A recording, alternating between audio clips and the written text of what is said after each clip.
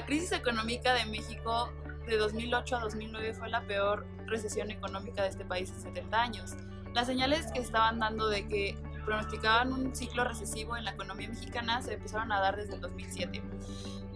Se empezó a notar que el precio del petróleo estaba descendiendo en el mercado internacional. Esto, junto con la economía de Estados Unidos, que estaba a la baja, con quiebras hipotecarias y de grandes compañías de seguros, así como bancos y la industria automotriz. La desaceleración de Estados Unidos y la dependencia económica que México tiene con su vecino del norte propició a que se afectara más la economía de nuestro país. A lo largo del 2008, el peso mexicano se vio sometido a sucesivas devaluaciones que le llevaron a perder alrededor del 50% de su valor frente al dólar estadounidense.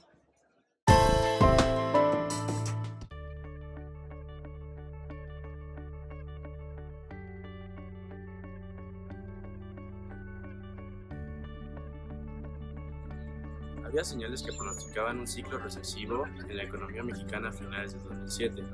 Ahora voy a hablar de algunas de las causas de la crisis de 2008. Hubo crisis simultáneamente en diferentes países y algo que influyó demasiado fue la dependencia que tiene México hacia Estados Unidos. Por todo el caos, hubo fuga de capitales y muchos inversionistas tomaron una gran cantidad de dólares y así que la demanda de dólares subió y al subir la demanda de dólares el precio se devaluó.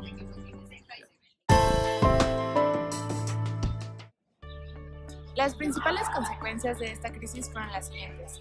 Hubo una caída en el precio del petróleo, el precio del dólar aumentó mundialmente, hubo una reducción en la confianza de la economía mexicana y por lo tanto tuvo un impacto muy grande en las remesas y exportaciones. Y principalmente esta crisis nos sirvió para mejorar la transparencia y la información en las empresas. En ese entonces, el gobierno corría a cargo de Felipe Calderón. El gobierno decidió subestimar y no le dio tanta importancia a la crisis financiera que estaba surgiendo en ese momento e incluso la llegó a denominar como un catarrito. En el 2001, el gobierno de Estados Unidos decidió bajar sus tasas de interés del 6.5 al 1% para así facilitar los créditos. A su vez, relajaron su política de préstamos y comenzaron a otorgar hipotecas para la compra de viviendas sin cuestionar sobre los ingresos o recibir alguna entrada. El precio de las viviendas empezó a incrementar, generando gran riqueza para algunos. A este fenómeno se le conoce como burbuja inmobiliaria. De igual manera, en esta época se generó hipotecas subprime, que consisten en prestar dinero a personas con un mal historial crediticio, generando grandes repercusiones en la economía mexicana. Para contrarrestar las crisis económicas internacionales, México necesita un mercado más desarrollado e implementar políticas fiscales y monetarias contracíclicas. En 2008, el gobierno mexicano utilizaba políticas anticíclicas. Antes, este mismo gobierno utilizaba políticas contracíclicas, que quiere decir el aumento de impuestos, la disminución del déficit, entre otros. Pero gracias a la crisis económica del 2008, lleva a cabo una política fiscal expansiva. Esto quiere decir que combina la reducción de impuestos con el aumento de gasto público. Todo esto para estimular el consumo y la inversión, tanto extranjera. Y por el lado de la política monetaria, también por primera vez utilizó una política expansiva, con la reducción de la tasa de interés a casi un 50%. Aquí nos podemos dar cuenta cómo la economía mexicana y la estadounidense tienen muchísima más relación de la que uno puede llegar a pensar.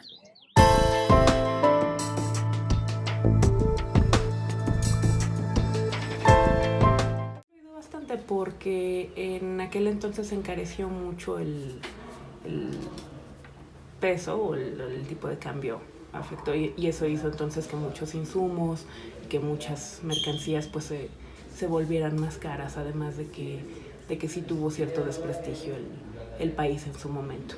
Entonces todavía se están pagando las consecuencias, todavía nos estamos recuperando de ello y más aparte ha habido muchos otros fenómenos que han afectado todavía más la economía. pero aún la sigue afectando.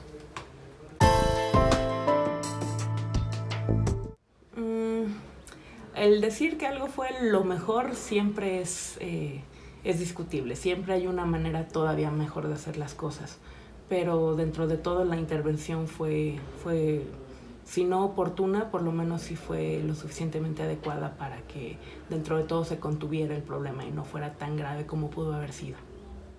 La crisis.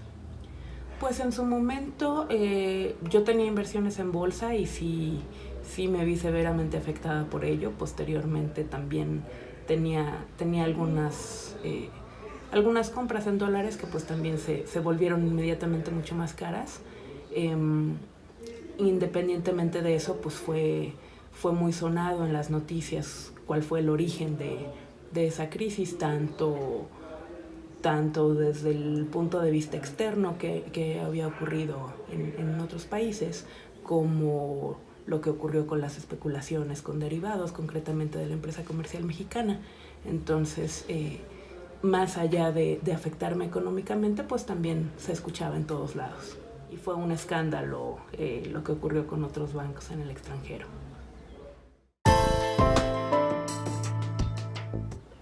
Volvamos a lo mismo, siempre que estamos comparando, siempre que estamos evaluando algo es comparado con qué.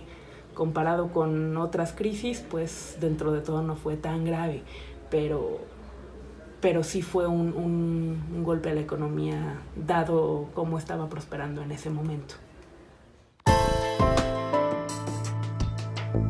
Pues siempre genera desconfianza, por lo tanto se frena el consumo, se disminuye bastante la inversión.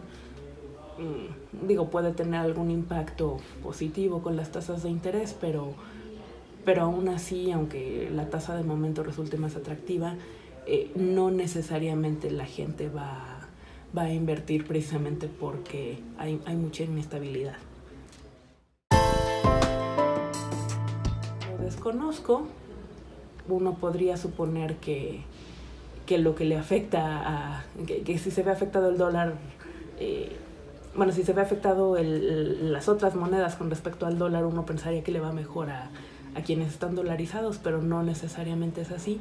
Ellos también tuvieron una crisis muy importante, no por culpa de los derivados, sino por los malos manejos ahí en los bancos y demás. Entonces, ellos también se vieron afectados. ¿En qué magnitud? Lo desconozco.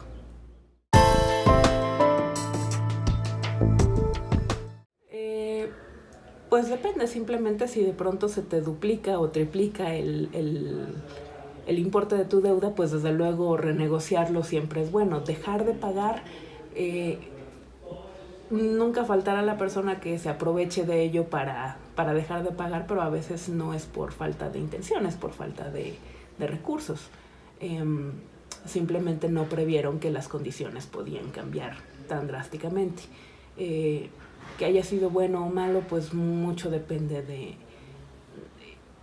de si se le solucionó el problema a las personas. Incluso pudo haber mucha gente que, aun cuando hubiera devuelto su casa o devuelto los bienes, de todas formas seguiría endeudada, pues, dado que se multiplicó la deuda. Entonces, pues a veces no hay más remedio que renegociarlo y tratar de rescatar lo que se tiene.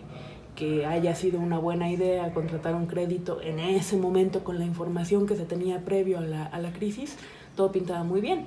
Entonces es razonable que no se hayan protegido, que no se hayan cubierto con otro tipo de cláusulas en los contratos, pero es un tema complicado.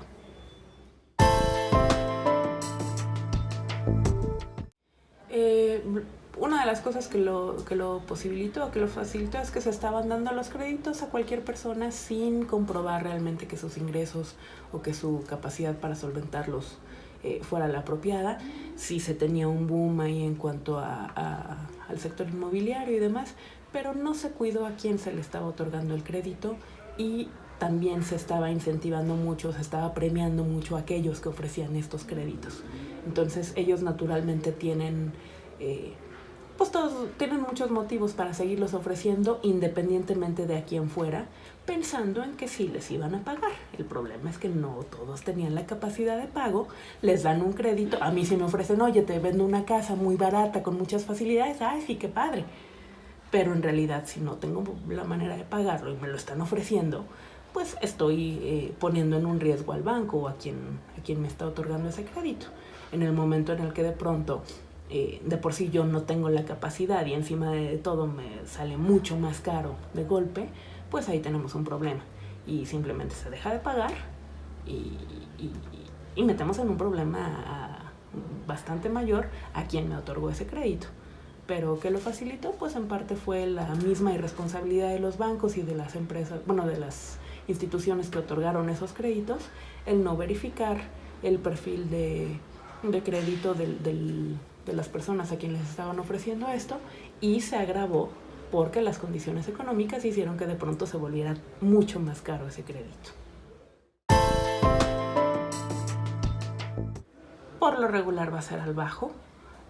No quiere decir que los demás no se vean afectados, pero los demás sectores como quiera tienen ciertos recursos para aguantar, digamos, o para que la pérdida no sea tan grave.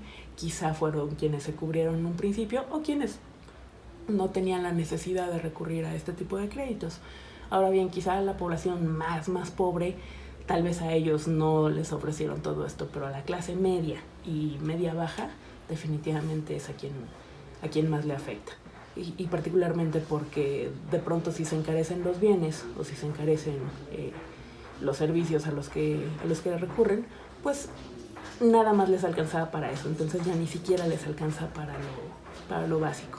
Cuando se tienen más recursos, pues sí, les saldrán más caros, tal vez la pensarán 2 veces, dejarán de consumir algunas cosas, pero tienen un suficiente ahorro, el suficiente colchón para aguantar, el suficiente ingreso. Sin embargo, quienes viven salario a salario, pues sí se ven sumamente afectados.